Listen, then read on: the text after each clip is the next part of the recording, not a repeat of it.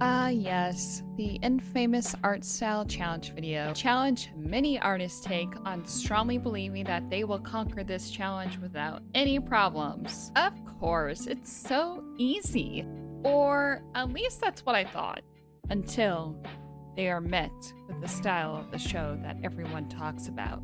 Arcane. Scatter! Hello, guys, gals, and non-binary friends. We are back with yet another video. Another very popular art challenge video I see other YouTube artists do is the art style challenge. I am going to base my art style picks from shows that have inspired me with either their storytelling or just drawing in general. The first style we are going to be doing is my style, of course, so I can compare my style with how different it is from other show styles. I like to look back on shows that have inspired me in the past or artists that have inspired me and see what has inspired my art style that I currently have at the moment. Because as many of us know, art styles change over time naturally. My art style is definitely not like the one I had when I was 14 years old, which is totally fine because I was still learning the art fundamentals and anatomy, something that I honestly still struggle with today, but that's fine because I always try and make time to practice those fundamentals as much as I can. I personally believe that we can all learn a lot by studying other people's art styles. This is honestly a practice that a lot of animators do so they can adapt to other styles that they get hired for, whether it be a show or a movie. We do this so they can be able to get hired from other studios who have different styles. So I encourage people to also study other people's art styles. Do not take their art style at all, but try and see what makes their art style unique. Now, I personally like to study artists that I admire, or I like to watch people draw and see what their process is like. I think that's a long enough explanation. Let's get into this video. The first art style is Gravity Falls. Back in 2013, everybody was talking about Gravity Falls. I only watched Phineas and Ferb, so I didn't get into it till later in the game. I was too stubborn to get into it because I was so dedicated to Phineas and Ferb. I am so mad at myself for not giving that show a chance till later on in the game. I guess I learned my lesson. I just feel like younger me would have loved it. Over time, I grew to really love the show and all the characters. I think Alex Hirsch is a genius for being able to write this show. The way that it ended where it needed to end didn't need to drag on the series even though he could have easily done it. I secretly hope there'll be a spinoff from Great Uncle Ford and Grunkle Stan, but they're exploring the boat in the finale. Spoilers, but the show has been out for so long. I highly recommend Alex Hirsch's podcast on the show, where he invites artists, writers, and voice actors on the show, and they go over the writing process and what it was like to create each episode as they watch it. I love the finale so much it made me cry. I also need to rewatch the series before the summer comes to a close. Gravity Falls art style involves a lot of simpler shapes. I'm not used to character designs that are simplified, so this was an interesting challenge for me. I took a lot of time studying the adult women characters of the show, but I also took elements of the teenage characters as well. I feel like if I were in the show, my character would question everything but wouldn't be as interested as Dipper and Mabel and the crew are. I'd take Alon, obviously, if they dragged me, but I don't believe I'd be as brave as them.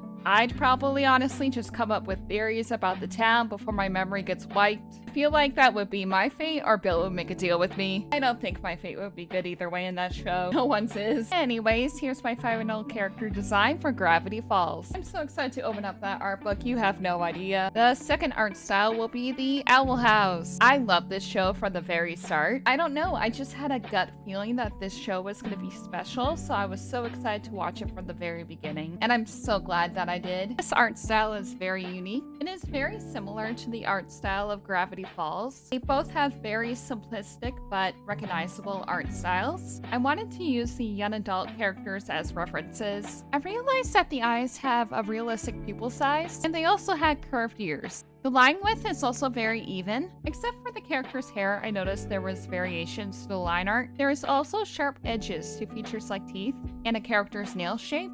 Also, characters have a lot of bright colors when it comes to their designs. I really hope the show comes out with an art of book that I can add to my collection. I really want to have an art of book collection when I'm older, just a whole library of them in my house. I feel like my character would definitely get along with characters like Lilith, Steve, and Rain. I am very overprotective of the kid characters in this show. Definitely lose Willow, Gus, and Amity. I just can't believe this show is turning 7 years old this year. I remember when it was first announced. Time flies. That's crazy.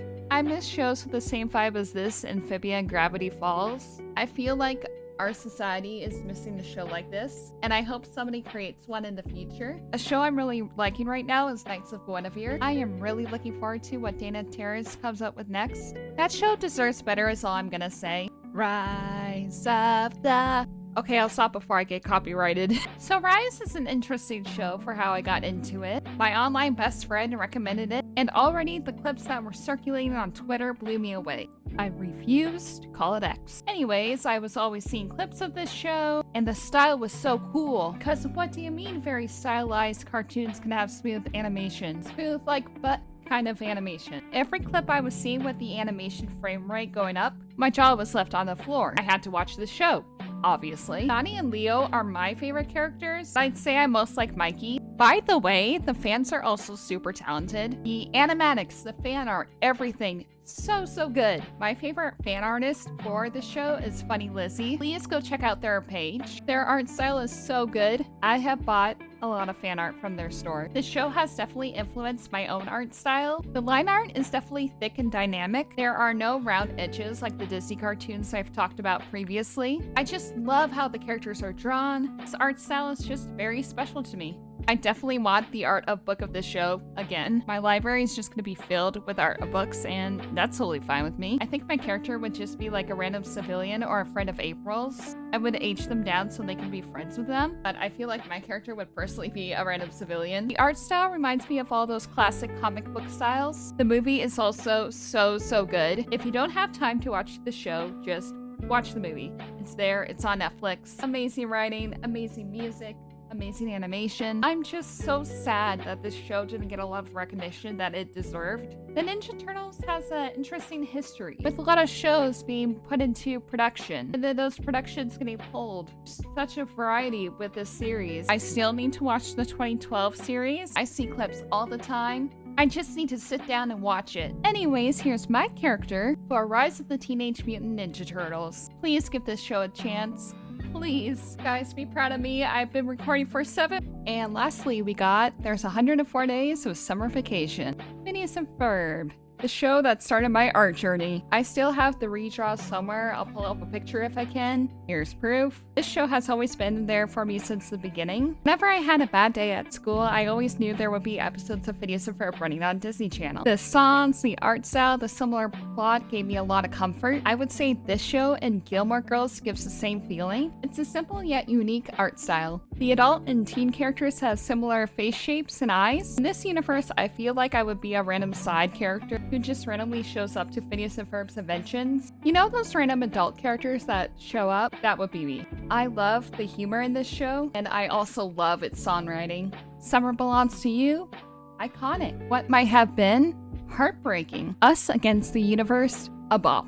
I've met so many online friends through the Phineas and Ferb fandom. People like Carly Bella. We have been friends since 2013. That's crazy. And here are the final artworks. This was a really fun art challenge. I think I did a pretty decent job. I would love to do this again in the year and see how much I've improved with it. There are so many other art styles I want to try. I have a whole list, like 16, Bob's Burgers, Total Drama Island. There will definitely be another video in the future. I wonder if I can do 3D styles like Animal Crossing and The Amazing Digital Circus. I am terrified of Blender, but maybe I'll try it. Thank you so much to everyone who has subscribed already. All your support means the world to me. Next video will be a Spider Soda video, so hopefully that'll be released before Brand New Day. But yeah, thank you so much. Please like, comment, and subscribe, and I'll see you next time. Bye!